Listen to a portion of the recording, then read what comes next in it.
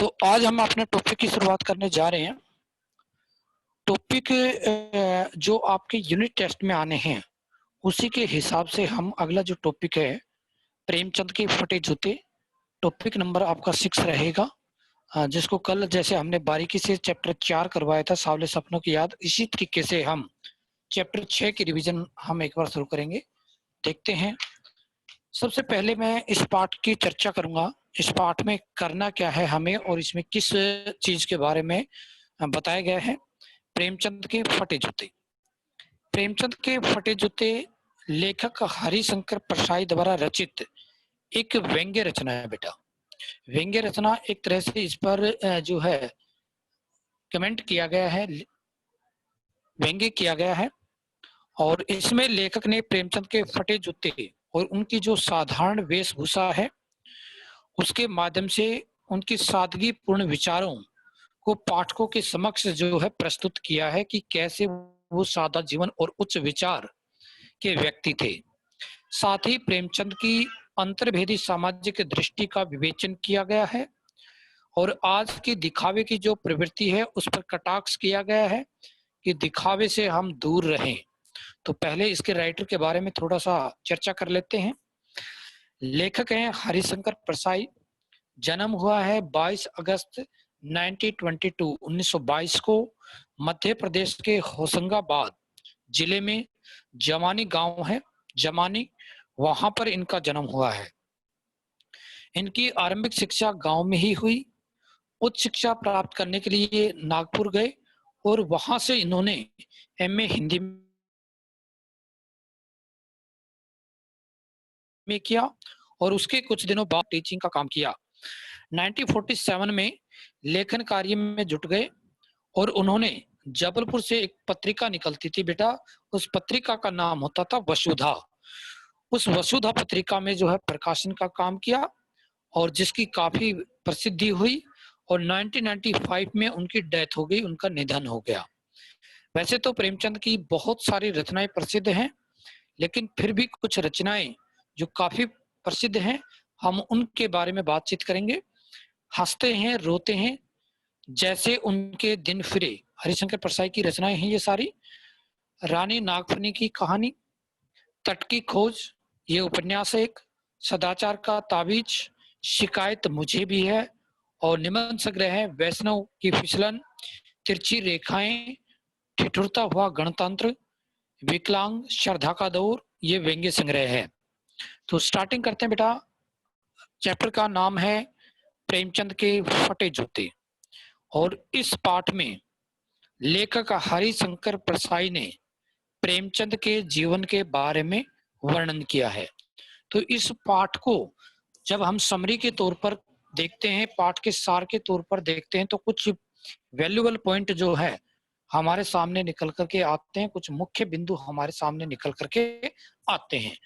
अब कौन कौन से मुख्य बिंदु निकल करके सामने आते हैं उनके ऊपर हम चर्चा करेंगे, एक एक पॉइंट के बारे में बात करेंगे। तो सबसे जो पहला पॉइंट है हमारा वो निकल कर आता है लेखक द्वारा प्रेमचंद के चित्र का वर्णन। लेखक द्वारा प्रेमचंद के चित्र का वर्णन। लेखक के सामने प्रेमचंद का एक चित्र है जिसमें वे अपनी पत्नी के साथ दिखाई दे रहे हैं। प्रेमचंद के सिर पर किसी मोटे कपड़े की टोपी है और उन्होंने धोती कुर्ता पहना हुआ है। उनके गालों की जो हड्डियां हैं, गालों के आसपास जो हड्डियां हैं वो उभर आई हैं, ऊपर साफ दिखाई दे रही हैं, इसका मतलब कमजोर है वो। उनकी जो मूछें हैं वो घनी हैं, गहरी हैं, चेहरा हरा भरा बतलाती हैं मूछें गहरी होने के कारण।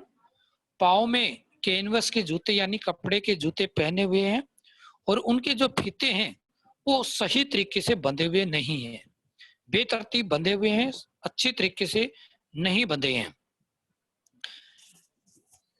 दाहिने पैर का जूता तो ठीक है, मुंशी प्रेमचंद ने जो जूते पहने हुए हैं उनमें से दाहिने पैर का जूता, राइट साइड का जो शूज है वो बिल्कुल राइट है, ठीक है। बट जो बाएं पैर का जूता है, बाएं पैर का जो जूता है उसमें एक बड़ा सा छेद हो गया है जिसके कारण पांव की उंगली बाहर दिखाई दे रही है और इसी फटे जूते को देखकर लेखक की नजर उसके ऊपर अटक जाती है कि लेखक का बाएं पैर का जूता फटा हुआ है। प्रेमचंद की सादगी का अनुमान उनकी वेशभूषा को देखकर, उनकी पोशाक को देख करके लगाया जा सकता है। तो पहले पॉइंट में हमने बताया उनके लेखक ने मुंशी प्रेमचंद के चित्र के बारे में चर्चा की है कि उन्होंने कैसे धोती कुर्ता पहना हुआ है, कपड़े हैं वो साधारण हैं, मोटे कपड़े की जो है टोपी पहनी हुई है, पाँव में कैनवस के या कपड़े के जूते पहने हुए हैं, फीते हैं वो तरीके से नहीं बंधे हुए हैं, और बाएं पैर का जो जूता है वो फटा हुआ है, दाहिने पैर का जूता ठीक है। अभी तक हमने इसके बारे में इतनी चर्चा की। और जो मूछें हैं वो घनी हैं, गहरी हैं, हड्डियां हैं गालों की वो निकल आई है। तो शायद आपको ये इतना पता चल गया होगा प्रेमचंद की वेशभूषा, उसका जो चेहरा है, उसका जो चित्र में जो फोटो दिखाई गई है उसके बारे में आपको पता चल गया होगा। नेक्स्ट जो पॉइंट हम बढ़ाते हैं इसमें, लेखक की चिंता। नेक्स्ट पॉइंट है लेखक की चिंता। लेखक प्रेमचंद के जूते देखकर चिंता में डूब जाता है। उनको चिंता हो जाती है कि अगर फोटो खिंचवाने की ये पोशाक है, फोटो खिंचवाने के ये कपड़े हैं, तो वास्तविक जीवन में कैसी पोशाक पहनते होंगे? क्योंकि आदमी जब फोटो खिंचाता है तो अच्छे साफ सुंदर कपड़े पहनता है, लेकिन प्रेमचंद ने तो ऐसे नहीं पहने हुए थे। तो ये कहता है कि अगर फोटो खिंचवाने के लिए ये पोशाक है तो वास्तविक जीवन में कैसी पोशाक होगी? फिर उन्हें ये विचार आया कि प्रेमचंद अंदर बाहर की अलग अलग पोशाकें रखने वाले मनुष्य नहीं है, वो एक जैसी वेशभूषा पहनने वाले हैं। उनकी ये नहीं कि बाहर कहीं जाते हैं तो वो वेशभूषा अलग हो, फोटो खिंचाने की अलग वेशभूषा हो, घर में अलग वेशभूषा हो, ऐसा कुछ नहीं है, वो एक जैसी वेशभूषा पहनते हैं। लेखक के अनुसार प्रेमचंद हमारे साहित्यिक पुरखे हैं, लेकिन उस फटे जूते के कारण उन्हें जरा भी लज्जा महसूस नहीं होती है, शर्म महसूस नहीं होती है, जैसे कोई साधारण सी बात हो। इसका मतलब यह है कि जो मुंशी प्रेमचंद है वो सादा जीवन उच्च विचार के धनी हैं, और इसके साथ साथ उनका जो व्यक्तित्व है वो क्या है, दिखावे की प्रवृत्ति से कोसों दूर है। दिखावे से वो कोसों दूर है, दिखावा करना उनको पसंद नहीं है। अगला जो हम पॉइंट उठाएंगे इस चैप्टर में, अगला पॉइंट जो वैल्यूएबल पॉइंट हम बना सकते हैं तो वो ये बनेगा कि प्रेमचंद के बारे में फोटोग्राफर के क्या विचार हो सकते हैं। फोटोग्राफर क्या सोचता है? फोटोग्राफर का मतलब होता है बेटा फोटो खींचने वाला। जब फोटोग्राफर ने प्रेमचंद से रेडी प्लीज, किसी काम के लिए तैयार होना, कहा होगा, तब परंपरा के अनुसार उन्होंने चेहरे पर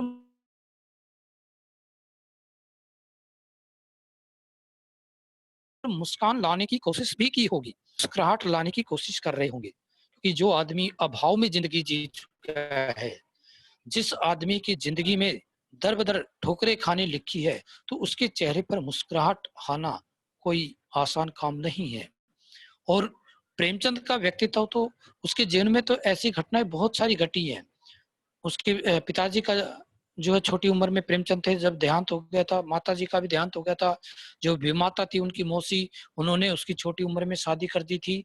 बहुत जो कठिनाइयां हैं उनका सामना किया था। उनके पास जो है कमाने का कोई साधन नहीं था, तो टीचिंग का उन्होंने काम करना शुरू किया। तो जो मुस्कुराहट लाने की कोशिश की होगी, और फोटोग्राफर ने बीच में ही क्लिक यानी फोटो खींचने की जो आवाज है करके थैंक यू कह दिया होगा, धन्यवाद कर दिया होगा। वह भी सोचता होगा, फोटोग्राफर भी सोचता होगा कि ये कैसा आदमी है जो फटे जूते पहनकर फोटो खिंचाने के लिए आ गया है, वो ये सोचता होगा, लेकिन अपने मन मन में जो है वो विचार कर रहा है। नेक्स्ट पॉइंट हम इसमें बढ़ाएंगे, लेखक का प्रेमचंद को परामर्श। लेखक प्रेमचंद को क्या सलाह देता है? लेखक का प्रेमचंद को परामर्श, लेखक मुंशी प्रेमचंद को क्या सलाह देता है? तो प्रेमचंद को अपना परामर्श देते हुए लेखक कहता है कि यदि फोटो खिंचवाना इतना जरूरी था तो ढंग के जूते पहन लेते भाई, या फिर फोटो ही नहीं खिंचवाते, या तो जूते बदल लेते, या फिर फोटो ही नहीं खिंचवाते। ये सलाह दे रहा है। वे शायद पत्नी के आग्रह को न टाल सके होंगे। पत्नी ने कहा होगा कि चलो एक फोटो खिंचवा लेते हैं, और इसलिए मुंशी प्रेमचंद ने फोटो खिंचवा लिया होगा। लेखक ये अनुमान लगा रहा है, इसलिए फोटो खिंचवाने आ गए होंगे। शायद तुम फोटो खिंचवाने का महत्व नहीं समझते। लेखक कह रहा है कि तुम फोटो खिंचवाने का महत्व नहीं समझते। यदि फोटो खिंचाने का महत्व समझते तो आप क्या करते, या तो आप फोटो बिना जो है फटे जूते में नहीं खिंचवाते और दूसरे जो है जूते बदल लेते। बेटा एक बच्चे ने प्रॉब्लम शेयर किया हमारे सामने, पूछना चाह रहा है। प्रज्ञा, एक मिनट मैं आपको अनम्यूट करता हूं। प्रज्ञा बोले बेटा। तो आगे मैं बता रहा था कि प्रेमचंद का जो परामर्श है वो क्या सलाह देता है। लेखक प्रेमचंद को क्या परामर्श देता है, क्या सलाह देता है। प्रेमचंद को अपना परामर्श देते हुए लेखक कहता है कि यदि फोटो ही खिंचाना इतना जरूरी था तो ढंग से जूते तो पहन लेते या फिर फोटो ही नहीं खिंचवाते। वे शायद पत्नी के आग्रह को न टाल सके होंगे, इसलिए फोटो खिंचवाने के लिए आ गए होंगे। शायद तुम फोटो खिंचवाने का महत्व नहीं समझते, वरना फोटो खिंचवाने के लिए तो जूते किसी से भी मांग लेते। ये महत्व बता रहे, फोटो खिंचवाने का महत्व आप नहीं समझते। यदि फोटो खिंचवाने का आप महत्व समझते तो किसी से जूते मांग लेते। तो मांगे हुए कोट से वर्द दिखाई देते हैं। कुछ लोग क्या करते हैं कि दूसरे के कपड़े मांग लेते हैं और दूल्हे की तरह दिखाई देते हैं। कई तो जो है कहीं विवाह शादी में बारात में जाने के लिए मोटर गाड़ी ले लेते हैं।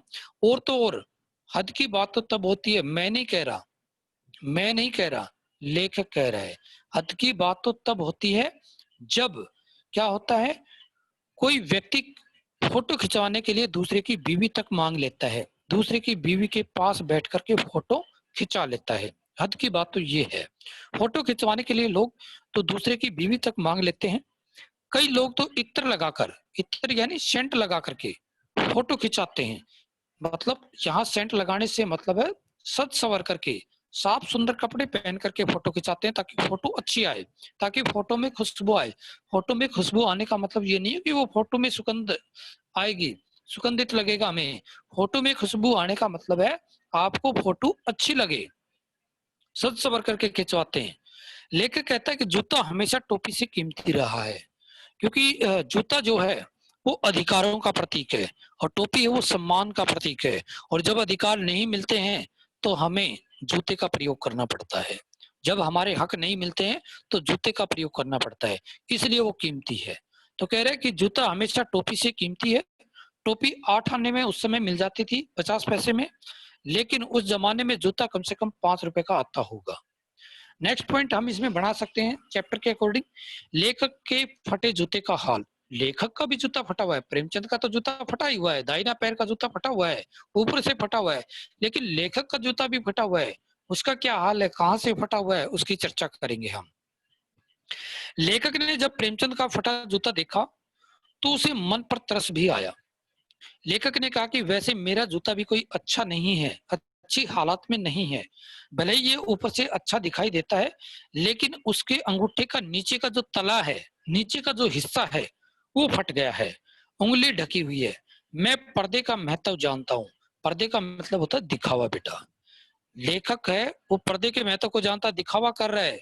उसका जूता फटा हुआ है, पांव सुरक्षित नहीं है, तो कह रहे हैं कि मैं पर्दे यानी छिपाव का महत्व जानता हूं, पर शायद तुम नहीं जानते। तुम्हारा पैर सुरक्षित है, लेकिन तुम्हारा ऊपर का जूता जो है फटा हुआ है। तुम पर्दे के महत्व को नहीं जानते। तुम तो फटा जूता पहनकर भी शान से जी लेते हो, पर मैं फटा जूता पहन नहीं सकता। जूता तो लेखक का भी फटा है, लेकिन वो कह रहे हैं ऊपर से फटा हुआ जूता मैं नहीं पहन सकता। नेक्स्ट पॉइंट हम इसमें बढ़ाएंगे, प्रेमचंद के जूते के विषय में लेखक का विचार। हेडिंग बनाएंगे, प्रेमचंद के जूते के विषय में लेखक का विचार। लेखक प्रेमचंद की विभिन्न रचनाओं के मुख्य पात्रों का नाम लेते हुए ये सवाल उठाता है कि तुम्हारा जूता कैसे फट गया। शायद तुम्हारा जूता बनिए की दुकान के चक्कर लगाते लगाते घिस गया होगा, लेकिन चक्कर लगाने से जूता घिस तो जाता है पर फटता नहीं है। कवि कुंभनदास जी का जूता भी फतेहपुर सिकरी आने जाने में घिस गया था और वे हरिनाम भूल गए थे, भगवान का नाम लेना भी भूल गए थे। क्या हुआ था कि कुंभन दास को अकबर ने बुलाया था कि आप मेरे दरबार में हाजिर हो। तो कुंभन दास ने जाकर के एक श्लोक कहा था, आवत जात पनैया घिस गई बिसर गयो हरि नाम, यानी मेरी आने जाने में जूतियां घिस गई हैं और मैं भगवान का नाम लेना भी भूल गया। और जा देखे घिन उपजे ताको करनी पड़े सलाम, और जिसको देखने से घृणा पैदा होती है उसको मैंने यहाँ आकर के सलाम भी करनी पड़ी। अगला जो पॉइंट है, लेखक के अनुसार प्रेमचंद के जूते फटने का रहस्य। शायद तुम किसी सख्त चीज को ठोकर मारते होंगे जिससे तुमने अपना जूता फाड़ लिया होगा, या फिर तुमने रास्ते के किसी टीले पर, टीले यानी जो मुसीबत चट्टान है उसके ऊपर अपना जूता आजमाया होगा। मुसीबत आपकी आई होगी आपके सामने और आपने जो है उसको सॉल्यूशन करने की कोशिश की होगी, फिर तुम उससे बचकर भी निकल सकते थे। अब कभी ये भी कह रहे हैं कि जिंदगी में प्रॉब्लम आती है बहुत सारे, तो उसका सॉल्यूशन करते हैं, कई उसमें कंप्रोमाइज कर लेते हैं। तो कह रहे हैं कि तुम कंप्रोमाइज भी तो कर सकते थे, उससे बच के निकल भी तो सकते थे, उसको अवॉइड भी तो कर सकते थे। ये तो समझौते की बात थी, लेकिन तुम तो समझौता कभी करते ही नहीं। जैसे गोदान का होरी, गोदान ये मुंशी प्रेमचंद का रचना का नाम है। नेम धर्म को नहीं छोड़ सका, वैसे ही प्रेमचंद ने भी नेम धर्म को नहीं छोड़ा। नेम धर्म उनके लिए मुक्ति का साधन था, नियम रूल रेगुलेशन उनके लिए जरूरी था। इसमें अगला जो पॉइंट है वो है, लेखक के अनुसार प्रेमचंद की व्यंग्य मुस्कान का रहस्य क्या है। लेखक के अनुसार मुंशी प्रेमचंद की व्यंग्य मुस्कान का रहस्य क्या है।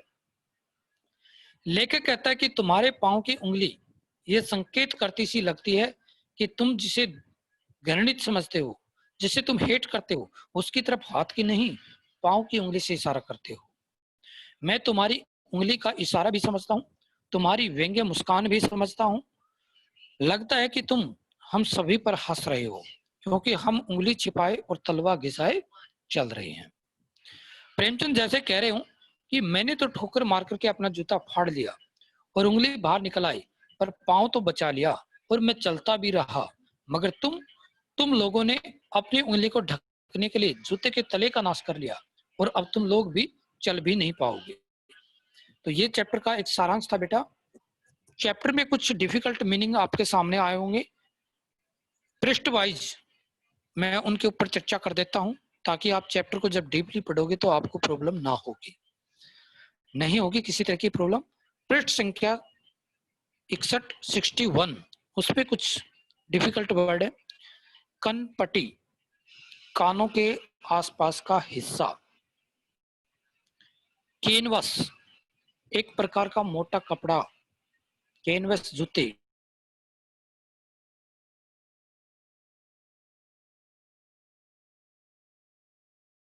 जूते में डालने के फीते। बेतरतीब, बेढंग से।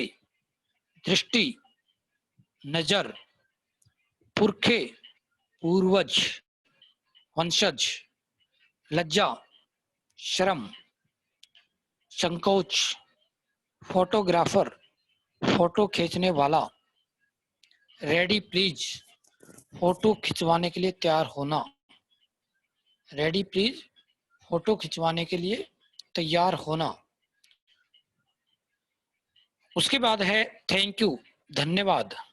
उपहास, हंसी उड़ाना, मजाक उड़ाना, खिल्ली उड़ाना किसी की। व्यंग्य करना, बातों की चोट मारना, व्यंग्य करना। पृष्ठ संख्या 62 की बात करेंगे। आग्रह, निवेदन करना, हट करना। ट्रेजेडी, दुखद बात। कलेश, दुख। वर, दुल्हा। अनुपातिक मूल्य, अनुपात के हिसाब से मूल्य तय करना। विडंबना, दुर्भाग्य। तीव्रता, तेजी। तीखापन, युग परिवर्तक, युग को आरंभ करने वाला। लहूलुहान, खून से लथपथ। पर्दे, छिपावा। कुर्बान, मुग्ध होना, खुश होना। पृष्ठ संख्या 63। ठाठ, शान से।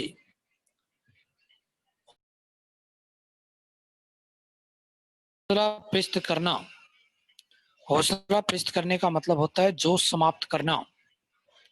तगादा, जल्दी देने के लिए पैसे आदि। तगादा, तगादा का मतलब है पैसे रुपए आदि देने के लिए जोर डालना। पनैया, देसी जूतियां। पनैया, देसी जूतियां। बिसर गयो, भूल गया। हरि नाम, भगवान का नाम।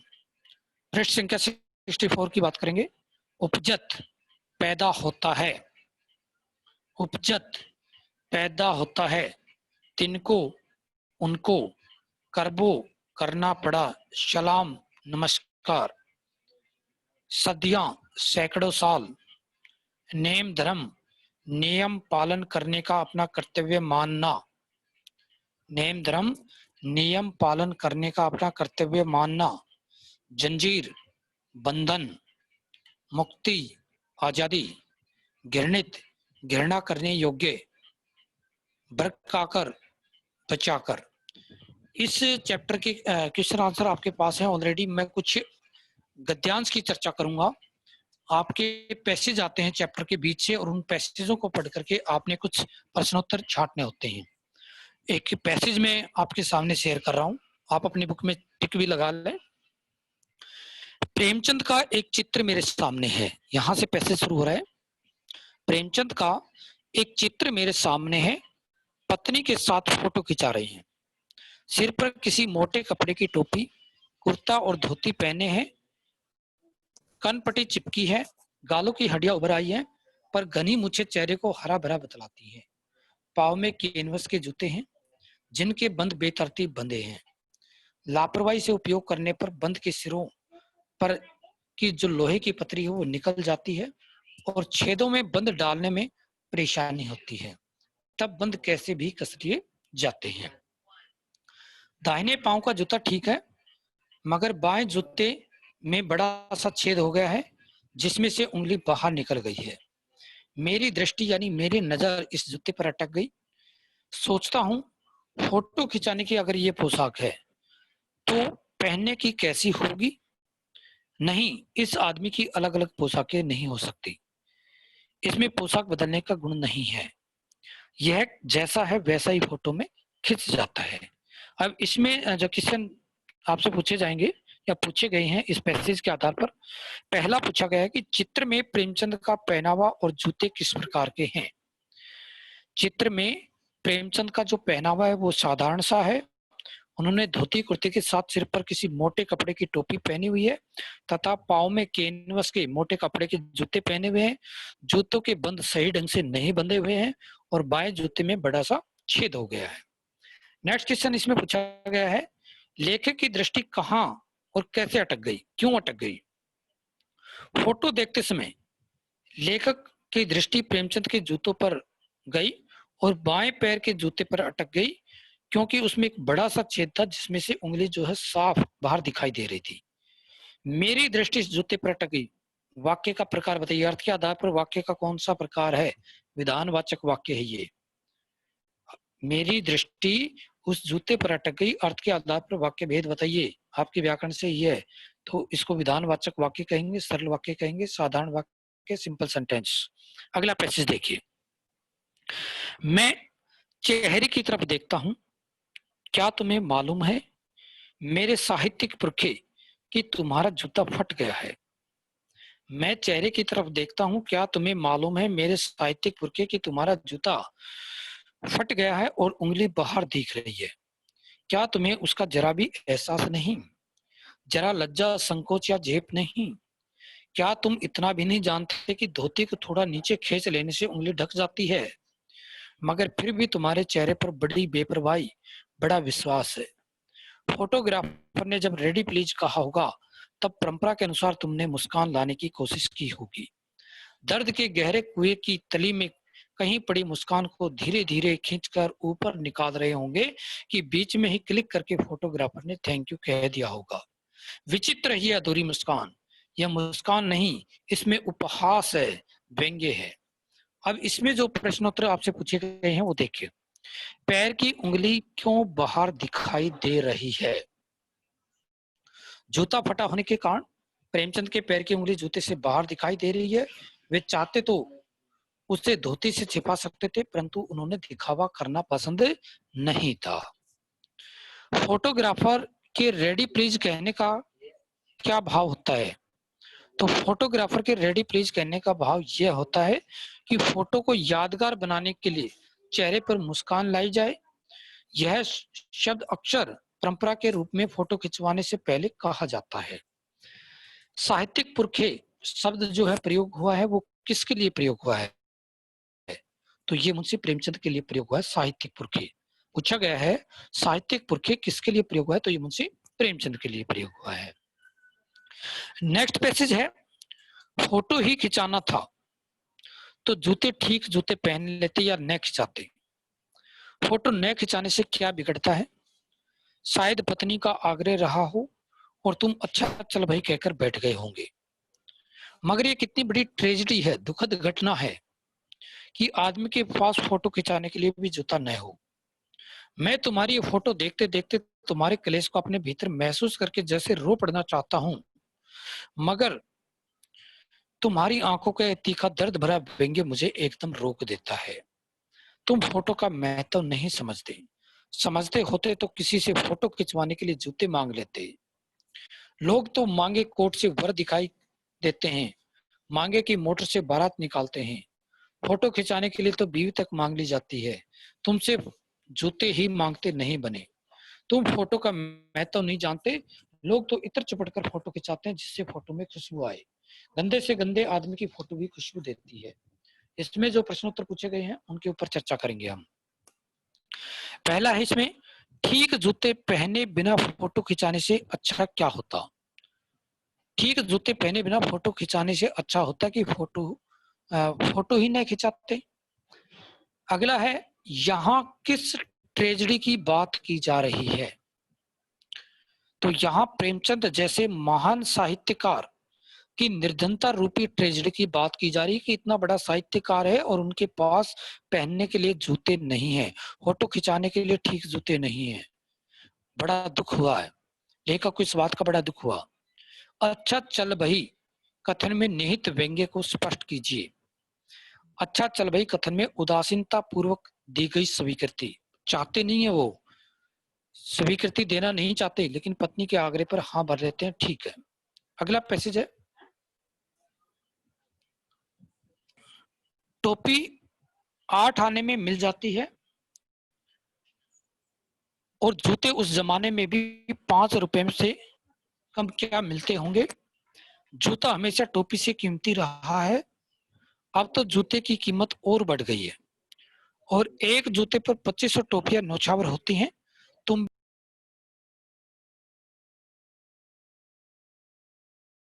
जूते और टोपी के अनुपातिक मूल्य के मारे हुए थे। यह विडंबना मुझे इतनी तीव्रता से पहले कभी नहीं चुभी जितनी आज चुभ रही है। जब मैं तुम्हारा फटा जूता देख रहा हूं, तुम महान कथाकार, उपन्यास सम्राट, युग प्रवर्तक, जाने क्या क्या कहलाते थे, मगर फोटो में भी तुम्हारा जूता फटा हुआ है। पहला प्रश्नोत्तर के आधार पर हम चर्चा करेंगे। जूता हमेशा टोपी से कीमती रहा है, कथन से क्या तात्पर्य है? तो टोपी को इज्जत और सम्मान का प्रतीक माना गया है, जबकि जूते को ताकत और हैसियत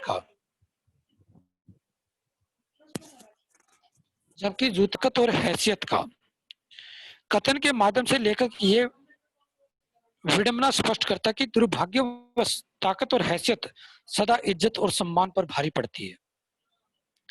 प्रेमचंद ने जाने क्या क्या कहलाते थे से लेखक क्या स्पष्ट करना चाहता है? तुम महान कथाकार, उपन्यास सम्राट, युग प्रवर्तक, जाने क्या क्या कहलाते थे, इसके माध्यम से लेखक स्पष्ट करना चाहता है कि प्रेमचंद के जीवन की यथार्थ स्थिति उनकी लोकप्रियता एवं महान व्यक्तित्व के विपरीत थी। लेखक को कौन सी बात चुभ रही है? लेखक को प्रेमचंद जैसे महान साहित्यकार की खराब आर्थिक स्थिति की बात जो है चुभ रही थी। बेटा रिकॉर्डिंग है वो ऑफ कर दें। और ये टॉपिक है ये